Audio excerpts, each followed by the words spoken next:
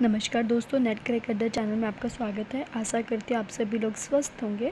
तो दोस्तों, हम जो टॉपिक पढ़ रहे थे अपने इसमें फाइनेंशियल मैनेजमेंट में, उस टॉपिक का नाम था कैपिटल स्ट्रक्चर। इससे पहले मैंने इसके बेसिक कंसेप्ट आपको बताए थे कि कैपिटल स्ट्रक्चर क्या होता है, उसके फीचर्स कैसे होते हैं, ये सब चीज़ें मैंने बताई थी। ठीक है, तो आज जो हम इसमें कैपिटल स्ट्रक्चर में सबसे ज़्यादा इंपॉर्टेंट जो है वो पढ़ने वाले हैं इसकी थ्योरीज। ठीक है, थ्योरी से 101% क्वेश्चन बनता है।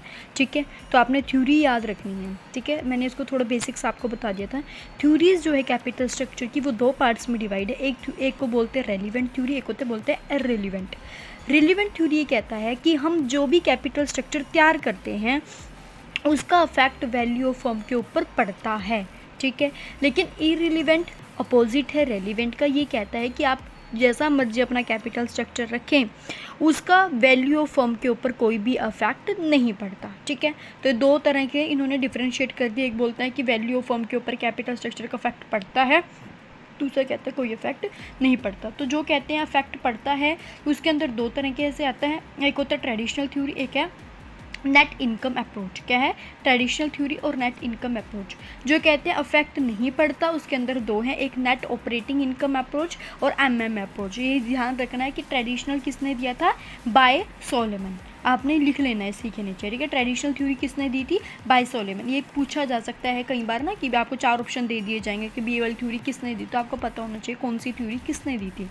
तो ट्रेडिशनल थ्योरी किसने दी थी? बाय सोलोमन ने। और जो आपका नेट इनकम अप्रोच है वो किसने दी थी? डेविड ड्यूरेंट ने। और नेट ऑपरेटिंग इनकम भी किसने दी थी? डेविड ड्यूरेंट ने। ठीक है, इनकम वाली किसने दी थी? डेविड ड्यूरेंट ने इनकम वाली भी और ऑपरेटिंग इनकम भी। ठीक है, नेक्स्ट है एमएम नाम से पता लग रहा है, मोदी गिलानी मिलर अप्रोच। क्या नाम है? Modigliani and Miller approach के नाम से एमएम अप्रोच को शॉर्ट फॉर्म में कह देते हैं। ठीक है, समझ में आ गया? दो तरह की इसमें आ गया कि हम बेसिकली इसके अंदर 4 तरह की थ्योरी पढ़ेंगे, 2 रेलिवेंट, 2 इररिलेवेंट। रेलिवेंट के अंदर एक आती है आपका ट्रेडिशनल, एक आती है नेट इनकम, और इररिलेवेंट के अंदर नेट ऑपरेटिंग इनकम और आपका एमएम अप्रोच। तो सबसे पहले हम पढ़ते हैं नेट इनकम अप्रोच। ठीक है, देखो नेट इनकम अप्रोच क्या कहती है कि यूज़ डेप्ट मोर। ये कहती है कि हमें ज़्यादा से ज़्यादा डेप्ट का यूज़ करना है। क्यों? क्योंकि डेप्ट क्या होता है, मैंने आपको पहले बताया था, सस्ता होता है। सस्ता क्यों होता है? क्योंकि इससे हमें जो टैक्स डिडक्शन मिलती है। ठीक है, तो डेप्ट क्या होगा कि सस्ता होगा। देखिए क्या बोलते हैं, capital structure matter, it means capital structure impact on value of firm. कि फर्म की वैल्यू के ऊपर कैपिटल स्ट्रक्चर इम्पैक्ट डालते हैं। तो आपने इसके एजम्पशंस को ध्यान रखना है। इसके एजम्पशन ये कहती है कि हमें कॉस्ट और डिविडेंड क्या है का ज़्यादा से ज़्यादा यूज़ करना है। Total capital requirement of the firm are given and remain constant. There are no tax. Personal tax या फिर कॉर्पोरेट टैक्स, आपको किसी भी तरह का टैक्स इसके अंदर पे नहीं करना पड़ता। ठीक है, इसका फॉर्मूला क्या होता है?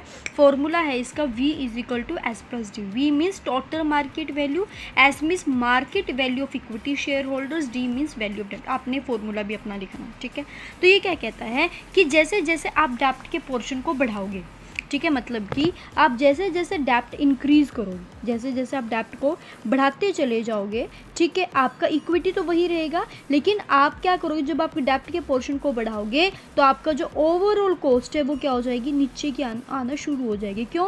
क्योंकि हमारा डिविडेंड जो होता है वो सस्ता होता है इक्विटी से। तो जैसे जैसे आप डेप्ट के पोर्शन को बढ़ाओगे तो आपका ओवरऑल जो कॉस्ट ऑफ कैपिटल है वो क्या होनी हो जाएगी? वो कम होनी शुरू हो जाएगी। इस डायग्राम से ये बताया गया है। ठीक है, समझ में आ गया net income approach. Net income approach आपको ये कहती है कि आपने ज़्यादा से ज़्यादा डेप्ट का यूज़ करना है। इसकी कुछ एजम्पशंस हैं, और तीसरा इसका फॉर्मूला है V is equal to S plus D. V means market value, S means equity share holders की क्या market value, D for dept value of डेप्ट। ठीक है, तो आपने डायग्राम के थ्रू इसको याद रखना है। ठीक है, समझ में आ गया? नेट इनकम में बस आपने क्या क्या चीज़ें याद रखनी है कि ज़्यादा से ज़्यादा आपने डेप्ट का यूज़ करना है। कि जैसे मान लो इफ़ डेप्ट use by the firm the cost decrease, when cost decrease value of firm increase. तो इसका इम्पैक्ट पड़ गया ना फर्म की वैल्यू के ऊपर। देखो हमने नेट इनकम अप्रोच में ही पढ़ा है कि हम जैसे जैसे हम डिबेंचर्स का यूज़ करेंगे या फिर हमारा कैपिटल स्ट्रक्चर का जो भी होगा उसका इम्पैक्ट वैल्यू ऑफ फर्म के ऊपर पड़ता है। तो जैसे जैसे हमने कॉस्ट को कम किया, कॉस्ट किससे कम हुई? जैसे डिबेंचर्स कम हुए। जैसे जैसे हमें डिबेंचर्स के पोर्शन को बढ़ाया, तो जैसे जैसे डिबेंचर्स के पोर्शन को बढ़ाया तो कॉस्ट क्या पड़ी? हमें सस्ती पड़ी। जब कॉस्ट कम हुई तो फर्म की वैल्यू क्या हो गई? बढ़ गई। सपोज कि मैं डेप्ट के पोर्शन का ऐसे यूज़ कर रही थी, मान लो मेरे जैसे डिविडेंड की कॉस्ट जो थी उसका 10% था और इक्विटी का 15% था, तो मैं जो वेटेज दे रही थी 50% में डिवेंचर्स ले रही थी, 50 मान लो मैंने 100 रुपये लगाने हैं, ठीक है, 100 में से 50 में डेप्ट ले रही हूँ और 50 में इक्विटी ले रही हूँ, दोनों बराबर बराबर इन दोनों की वेटेज है।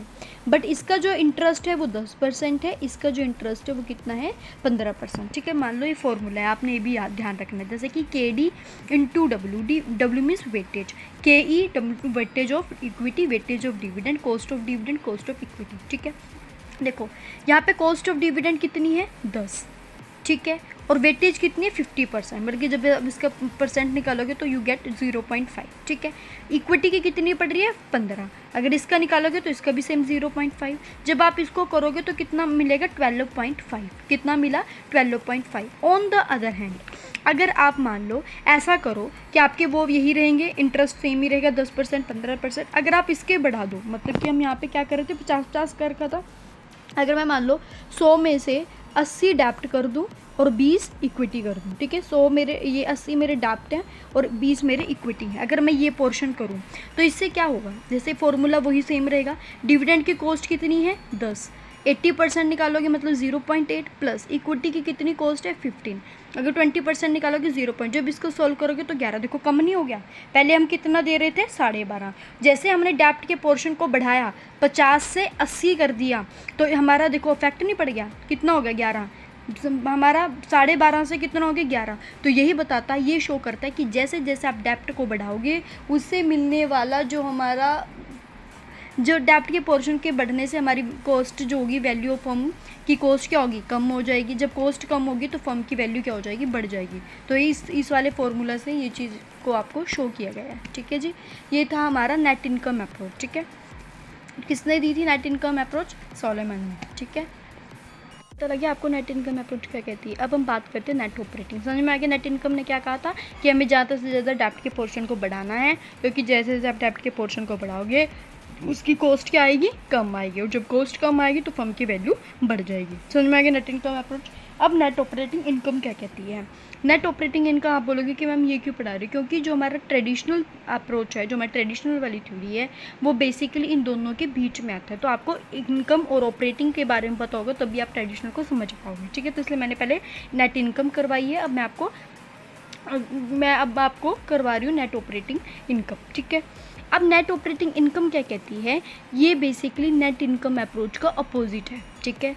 इन्होंने बोला कि चलो ठीक है, नेट ऑपरेटिंग इनकम ने बोला कि चलो ठीक है, इनकम वाले ये बोलते हैं कि हमारा जो डिविडेंड होता है वो सस्ता होता है, तो हम इसके पोर्शन को बढ़ाते चले जाएंगे, ठीक है। तो ये बताओ कि जब डेप्ट के पोर्शन को बढ़ाओगे तो इक्विटी वाले क्या करेंगे, फिर इक्विटी वाले आवाज़ नहीं उठाएंगे कि तुम तो डेप्ट के पोर्शन को बढ़ा रहे हो, तो हमारा क्या रोल है फिर कंपनी में, ठीक है। तो क्या होगा कि जैसे जैसे डेप्ट के पोर्शन को बढ़ाएगी फर्म, तो जैसे जैसे डेप्ट के पोर्शन को बढ़ाने लगी तो इक्विटी वालों ने अपना जो इंटरेस्ट है, ठीक है, जो उनको हम डिविडेंड देते थे, ठीक है, जो देते थे, उन्होंने उसका रेट बढ़ाना शुरू कर दिया। अब वो कहीं तो कुछ तो टिकेंगे बेचारे, हमें अगर फर्म डेप्ट को लेने डिबेंचर्स लेने लग जाए, इक्विटी ना करें, तो इक्विटी वाले को तो कुछ तो करना पड़ेगा टिकने के लिए। तो उन्होंने क्या कर दिया, जो उनका रेट था उसको बढ़ाना शुरू कर दिया। तो जब बढ़ाना शुरू कर दिया तो बात तो फिर बराबर आ गई, जो पैसा हमें यहाँ से बच रहा था डिविडेंड से, वो पैसा अब हमें इक्विटी को पे ऑफ करने में लग गया, उनको ऑफसेट करने में लग गया, समझ रहे हो। तो ये कहती है कि चाहे आप वो कर लो चाहे वो कर लो, दोनों में आप क्या करोगे वही सेम लेवल आ जाएगा, उसके वैल्यू ऑफ फर्म के ऊपर कोई इफेक्ट नहीं पड़ेगा। समझ में आ गया। देखो क्या बोलता है कि देखो जैसे डेप्ट के पोर्शन को बढ़ाया, ठीक है, जब डेप्ट के पोर्शन को बढ़ाया तो इक्विटी वालों ने क्या करा, अपना जो उनका रेट था उसको बढ़ा दिया। तो जो पैसा उनको डिबेंचर से बच रहा था, अब वो पैसा उनको ऑफसेट करने में चला जाएगा, किनको, इक्विटी वालों को। तो फर्म तो फिर वहीं पे आ गई। देखो जैसे कि डिबेंचर्स बढ़ गया, ठीक है, डेप्ट के पोर्शन को बढ़ाया, तो डेप्ट के पोर्शन को बढ़ाने लगे तो इक्विटी वालों ने क्या कर दिया, अपने रेट को बढ़ाना शुरू कर दिया। जब रेट को बढ़ाना शुरू कर दिया, जो पैसा यहाँ पे बच रहा था वो यहाँ पर लगना शुरू हो गया, तो ओवरऑल कॉस्ट क्या आ गई, हमारी कांस्टेंट आ गई। तो कांस्टेंट फिर हमारी ओवरऑल कॉस्ट के ऊपर कोई इफेक्ट नहीं पड़ा। तो ये कहती है नेट ऑपरेटिंग इनकम कि आप कोई भी पोर्शन को बढ़ाए, आपका जो भी कैपिटल स्ट्रक्चर है उसका वैल्यू ऑफ फर्म के ऊपर कोई भी इफेक्ट नहीं पड़ता। समझ में आ गया। नेट ऑपरेटिंग इनकम अप्रोच, ये क्या है, अपोजिट है। If firm change the portion of डेप्ट and equity the value of firm not affected, इसका फॉर्मूला आपने लिख लेना, V is equal D plus S, मतलब कि net operating income divide by cost of overall cost, ठीक है, या फिर अर्निंग बिफोर इंटरेस्ट टैक्स, या फिर cost of overall cost of capital, ठीक है, समझ में आ गया। इसके एजम्पशंस पढ़ लेना आप एक बार। एजम्पशंस क्या कहती है, कोई भी कॉर्पोरेट टैक्स नहीं देना पड़ता यहाँ पे, जो हमारी ओवरऑल कॉस्ट ऑफ कैपिटल है वो क्या रहती है, कांस्टेंट रहती है, और जो मार्केट कैपिटलाइज्ड है वैल्यू फर्म की वो हम एज अ होल लेते हैं, स्प्लिट कर देते, स्प्लिट मतलब तोड़ देते हैं कि डेप्ट और इक्विटी कि हमें कोई इंपॉर्टेंट नहीं है, क्योंकि चाहे डेप्ट के पोर्शन को बढ़ा लो तो इक्विटी वाले अपना उसको बढ़ाना शुरू कर देंगे रेट को, तो बात वही बराबर आ जाएगी, ठीक है, समझ में आ गया आपको दोनों। नेट इनकम बोलती है कि डेप्ट को बढ़ाओ, लेकिन नेट ऑपरेटिंग इनकम बोलती है कि जब डेप्ट को बढ़ाओगे तो इक्विटी वाले भी अपना रेट बढ़ा देंगे, तो बात वहीं बराबर आ जाएगी, ठीक है जी। अब हम बात करते हैं ट्रेडिशनल की, ठीक है, हमारी दो होगी, अब हम तीसरी थ्योरी की बात करते हैं, ट्रेडिशनल। ट्रेडिशनल अप्रोच क्या कहती है, ये मिक्स है, ठीक है, मतलब ये नेट इनकम और नेट ऑपरेटिंग के बीच में आती है। ट्रेडिशनल क्या है, बेसिकली मिक्सड है दोनों का, net income net operating income. ये कहती है कि फर्म एक लेवल तक ही उसका इफेक्ट पड़ता है, मतलब कि अगर वो प्रॉफिट कमा रही है तो वो एक लेवल तक ही प्रॉफिट कमाएगी, उसके बाद वो जो है वो घटना शुरू कर देती है, ठीक है, ये मैं इसमें बताया। इन्होंने बोला कि द मिक्सड ऑफ डेप्ट and equity capital can increase the value of firm up to a certain limit only. कि आप क्या करोगे, जैसे जैसे इक्विटी या फिर डेप्ट के पोर्शन को यूज़ करोगे और उसकी वजह से अगर आपकी फर्म की वैल्यू बढ़ रही है तो वो एक लेवल तक ही बढ़ेगी, ठीक है, उसके बाद वो डिक्लाइन होना शुरू हो जाएगी उस लिमिट के बाद। It can help to reduce the overall cost of capital and increase the firm value, ठीक है, समझ में आ गया कि ये क्या कहती है कि ठीक है, डेप्ट और इक्विटी का इफेक्ट हमारी वैल्यू ऑफ फर्म के ऊपर पड़ता है। अगर आप डेप्ट और इक्विटी के अच्छे पोर्शन को आप यूज़ करते हो तो उसकी जो हमारी फर्म की वैल्यू वो इंक्रीज़ हो जाएगी, लेकिन जैसे फर्म की वैल्यू इंक्रीज़ होगी लेकिन वो एक लिमिट तक इंक्रीज़ होएगी, उसके बाद दे स्टार्ट डिक्लाइन। इसके कुछ एग्जाम्पशंस हैं। The firm pay 100% of its earning as dividend, ठीक है, वो क्या करेगी, वो क्या करता है 100% जो उसने अर्निंग कमाई है उसको डिविडेंड के तौर पर वो दे देगी। बिजनेस रिस्क रिमेन कांस्टेंट, ठीक है, बिजनेस रिस्क हमारा कांस्टेंट रहेगा। There are only two source of fund use by firm, डेप्ट और इक्विटी। ये तो हमें पता है कि हमारे इसमें दो ही यूज़ होते हैं, एक होता है डेप्ट, एक होता है इक्विटी। समझ में आ गया जी आपको, तीनों समझ में आ गया। अब हमारा लास्ट थ्योरी रहती है जिसका नाम है MM अप्रोच, जिसको मोदी गिलानी मिलर अप्रोच भी कहते हैं। ये क्या कहती है कि मोदी गिलानी मिलर अप्रोच ये क्या कहती है, net operating income is correct but MM give behaviour justification. ये क्या कहती है, नेट ऑपरेटिंग इनकम ठीक कह रही है लेकिन उन्होंने कोई भी एक बिहेवियर उसके लिए कोई जस्टिफाई नहीं किया गया है, लेकिन उन्होंने उस चीज़ को जस्टिफाई किया गया है, ठीक है। इन्होंने बोला है, इसकी एजम्पशंस हैं कि capital market are perfect and complete information is available to investor free of cost. जिसके अंदर क्या आती है कि हम एक ऐसी परफेक्ट मार्केट में रहते हैं जहाँ पे सभी इन्वेस्टर्स हो, सभी को हर एक चीज़ के बारे में पता है, सभी जो इन्वेस्टर्स होते हैं वो रैशनल मतलब कि समझदार हैं, उन्हें हर एक चीज़ के बारे में इन्फॉर्मेशन और उन्हें फ्री ऑफ कॉस्ट इन्फॉर्मेशन मिल भी जाती है। यहाँ पे कोई भी टैक्स आपको देना नहीं पड़ता, ना ही यहाँ पे कोई the personal leverage and corporate leverage are perfect substitute. हम क्या करते हैं, पर्सनल लीवरेज और कॉर्पोरेट लीवरेज क्या है, सब्सिट्यूट है। सब्सिट्यूट का मतलब क्या होता है कि अगर पर्सनल लीवरेज नहीं है तो हम कॉर्पोरेट लीवरेज का यूज़ कर लेंगे, कॉर्पोरेट नहीं है तो हम पर्सनल का यूज़ कर लेंगे, आपस में एक दूसरे के क्या है, सब्सिट्यूट हैं, ठीक है। देखो ये क्या कहती है, आपको मैं इससे पहले आपको बताती हूँ, ये इसके प्रपोजिशन है, दो प्रपोजिशन है, ठीक है। प्रपोजिशन इसमें क्या कहती है, इसमें देखो क्या कहते हैं, इसमें दो कंडीशंस होती हैं। जब आपको कॉर्पोरेट टैक्स दिया हो, where there are corporate tax, और जब कॉर्पोरेट टैक्स नहीं है। दो तरह की कंडीशन है, जब कॉर्पोरेट टैक्स है और जब कॉर्पोरेट टैक्स नहीं है। जब कॉर्पोरेट टैक्स है तो उसमें होती है, एक होता है अनलीवर्ड फॉर्म, एक होती है लीवर्ड फॉर्म। अनलीवर्ड फॉर्म उसे कहते हैं जो बिल्कुल भी डेप्ट का यूज़ नहीं कर रही है, सिर्फ इक्विटी का यूज़ करती है। जो फॉर्म सिर्फ इक्विटी का यूज़ करती है, नो डेप्ट, तो उनको बोलते हैं अनलीवर्ड फॉर्म। लीवर्ड फॉर्म उसको कहते हैं जो क्या करती है, मिक्स्ड है, डेप्ट का भी और इक्विटी के पोर्शन को यूज़ करती हैं, ठीक है। इसमें फॉर्मूला है मार्केट वैल्यू फॉर्म अनलीवर्ड का क्या है, earning after tax divide by cost of equity, और लीवर्ड फॉर्म का क्या है कि जो वैल्यू निकली है, इसको सॉल्व करने के जो वैल्यू निकली है वो plus tax rate multiply by डेप्ट, ठीक है। पहले आपको क्या पता होना चाहिए, अनलीवरेज। अनलीवरेज कैसे निकलती है, earning after tax divide by cost of equity, इसका जो आंसर निकलेगा वो, और आपका टैक्स रेट और मल्टीप्लाई विद डेप्ट कर दोगे तो किसकी वैल्यू निकलती है, लीवर्ड फॉर्म की, ठीक है। आपको इस फॉर्मूला के थ्रू बताऊं, इन्होंने बोला है कि देखिए दो फर्म है ए और B are identical in all respects expect the degree of leverage. Firm A does not use any डेप्ट इन इट्स फाइनेंसिंग, वो क्या कहलाएगी, अनलीवर्ड, ठीक है। और जो दूसरी फर्म है वो डेप्ट और इक्विटी का यूज़ करती है 5 लाख रुपये, ठीक है। इन्होंने बोला अर्निंग बिफोर इंटरेस्ट टैक्स आपको 2 लाख दिए हुए, इक्विटी की कॉस्ट 12%, टैक्स रेट 40%। तो इसको कैसे सॉल्व किया इन्होंने कि मार्केट वैल्यू क्या है फर्म ए की, कि earning after tax divide by cost of equity, ठीक है।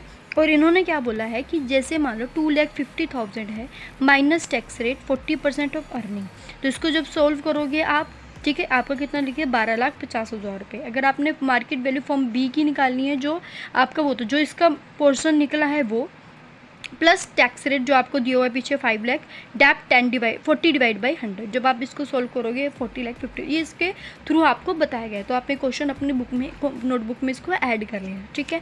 तो इसमें ना 2 प्रेपोजिशन थी, देखो एक तो हमने बात कर ली कि हमें इसमें 2 कंडीशन होती हैं, एक जो फॉर्म आपका सिर्फ डैप्ट का यूज़ कर रही है और एक फॉर्म जो डैप्ट और इक्विटी दोनों का यूज़ कर रहे हैं, तो उनके अलग अलग, जिसको लीवर्ड और अनलीवर्ड हम बोल देते हैं, तो उसका कैसे क्वेश्चन होगा वो हमने बात की है। अब हम बात करते हैं इसके कुछ प्रेपोजिशंस की, ठीक है। अब इसके प्रेपोजिशन 2 तरह की प्रेपोजिशन होती है। प्रेपोजिशन 1 जिसको बोलते हैं हम आर्बिट्रेज प्रोसेस, ठीक है। प्रोपोजिशन 1 क्या कहती है, प्रोपोजिशन 1 ये कहती है कि अगर कोई फर्म अनलीवर्ड है या फिर वो लीवर्ड फर्म को करने, तो वो सिमिलटेनली लीवर्ड को अनलीवर्ड में कन्वर्ट कर सकती है। मान लो जैसे कि इसके थ्रू मैंने बताया गया, लीवर्ड लोअर वैल्यू फॉर्म, एक होती है over value form. Lower value form जैसे कि मान लो एक पेन का प्राइस है 100 रुपये, बट वो उसको सेल कर रहा है 80 रुपये में, ठीक है। तो जब 100 रुपये है वो 80 रुपये में उसको सेल कर रहा है, तो उसको वो कैसे शॉर्ट आउट कर सकता है, मतलब उसकी डिमांड बढ़ रही है, तो जैसे उसकी डिमांड बढ़ेगी तो उसका प्राइस भी बढ़ना शुरू हो जाएगा, ठीक है। जब उसको लोग खरीदेंगे तो वो आगे जाके उसका प्राइस जो है वो बढ़ा देगा। ये होता है लोअर वैल्यूड फॉर्म, जिसका क्या है स्टार्टिंग में प्राइस क्या है, कम है, मतलब कि 100 रुपये की चीज़ अब उसको 80 रुपये में बेच रहा है, तो वो कैसे आगे जाके कर सकते हैं, उसकी डिमांड बढ़ेगी, तो डिमांड बढ़ेगी तो उसका प्राइस वो बढ़ जाएगा। लेकिन अगर किसी का मान लो इसका अपोजिट करें, 100 रुपये का वो था लेकिन उसको वो 150 रुपये में बेच रहा है, तो वो कैसे उसको शॉर्ट आउट कर सकता है, तो क्या होगा, जब वो करेगा तो उसकी वजह से उसको क्या करना पड़ेगा, जब यहाँ पे उसका होगा तो यहाँ पे उसको सप्लाई बढ़ानी पड़ेगी, सप्लाई बढ़ेगी तो उसका प्राइस भी प्राइस क्या हो जाएगा, कम हो जाएगा, तो इसके थ्रू वो उसको शॉर्ट आउट कर सकता है। ऐसे ही इसके थ्रू समझाया गया है कि अगर ये चीज़ है तो हम इसको अपना सकते हैं, अगर ये चीज़ है तो हम इसको अपना सकते हैं। समझ में आ गया, तो इसको बोलते हैं हम आर्बिट्रेज प्रोसेस, ठीक है। नेक्स्ट प्रोपोजिशन होती है, प्रोपोजिशन फर्स्ट तो क्या बोलती है, आर्बिट्रेज। प्रोपोजिशन 2 ये बोलती है कि जो ओवरऑल कॉस्ट है वो हमेशा क्या रहती है, कांस्टेंट, चाहे value form so value form is always same. तो जब हमारा जो हमारी कॉस्ट है अगर वो सेम रहेगी तो हमारी फॉर्म की वैल्यू भी क्या हो जाएगी, सेम रहेगी, ठीक है। तो हमने 4 तरह की थ्योरी पढ़ी है। 2 होती हैं आपकी कौन सी, जो कहती है कि वैल्यू जो हमारा, चाहे आप कैपिटल स्ट्रक्चर को जो मर्जी यूज़ करो, उसका वैल्यू फॉर्म के इफेक्ट पढ़ता नहीं है। 2 कहती है पढ़ता है, ठीक है। जो कहती है पढ़ता है उसके अंदर ट्रेडिशनल आती है और नेट इनकम। नेट इनकम क्या कहती है, डेप्ट का ज़्यादा से ज़्यादा यूज़ करो। अगर आप डेप्ट का ज़्यादा से ज़्यादा यूज़ करोगे ना, कौन से बोलते हैं, नेट इनकम वाली बोलती है कि आपने क्या करना है, डेप्ट के पोर्शन को ज़्यादा से ज़्यादा यूज़ करना है, क्योंकि ये सस्ता होता है। जब ये सस्ता होता है तो इसकी वजह से हमारी कॉस्ट कम आएगी, जब कॉस्ट कम आएगी तो फर्म की वैल्यू भी क्या हो जाएगी, बढ़ जाएगी, ठीक है। ये किसने बोला था, नेट इनकम। फिर ट्रेडिशनल आई, ट्रेडिशनल क्या करती है, नेट ऑपरेटिंग और नेट इनकम के बीच में है। ट्रेडिशनल ये बोलती है कि आप चाहे कैपिटल स्ट्रक्चर का जैसे मर्जी यूज़ करो, ठीक है, करते हो तो वो एक अप टू, चाहे आप डेप्ट का यूज़ कर रहे हो चाहे वो इक्विटी का यूज़ कर रहे हो, ठीक है, तो उसका जो फर्म की वैल्यू के ऊपर जो इफेक्ट पड़ेगा, ठीक है, वैल्यू फर्म के वो एक लिमिट तक पड़ेगा। उस लिमिट को क्रॉस करने के बाद वो क्या हो जाएगी, वो डिक्लाइन होनी शुरू हो जाएगी, ठीक है। अब हम बात करते हैं नेट ऑपरेटिंग। नेट ऑपरेटिंग क्या कहती है कि अगर आप डेप्ट के पोर्शन को बढ़ाओगे तो जब आप बढ़ाते चले जाओगे तो इक्विटी वाले अपने रेट को क्या कर देंगे, इंक्रीज़ कर देंगे। तो जो पैसा यहाँ से बच रहा था वो पैसा उनको शॉर्टकट कर, इनको पे ऑफ करने में लग जाएगा, ठीक है। तो बात वहीं पर आ जाएगी, ठीक है, उसका कोई इफेक्ट ही नहीं पड़ा। फिर हमारा आता है एमएम ने कुछ आर्बिट्रेज प्रोसेस दी हैं इसके अंदर 2 तरह के इन्होंने प्रोपोजिशन दिए, प्रोपोजिशन 1, प्रोपोजिशन 2। आर्बिट्रेज प्रोसेस दिया है, दूसरा कहता है कि चाहे ओवरऑल कॉस्ट चाहे आपकी कॉन्स्टेंट है, तो जो अगर वो, तो हमारी फर्म की वैल्यू भी क्या रहेगी, सेम रहेगी, ठीक है। मैंने आपको बहुत ही सिंपल वे से समझाने की कोशिश की है आपके कैपिटल स्ट्रक्चर की थ्योरीज को, ठीक है। तो हमारी चारों की 4 थ्योरीज कंप्लीट हो चुकी है, इसको अपनी नोटबुक में अच्छे से ऐड कमेंट करना। अगर आपको किसी भी थ्योरी में कुछ भी पॉइंट नहीं समझ में आया तो आप मेरे को कमेंट कर सकते हैं। वीडियो अच्छी लगी तो मेरी वीडियो को लाइक करना, चैनल को सब्सक्राइब करना। जय हिंद, जय भारत।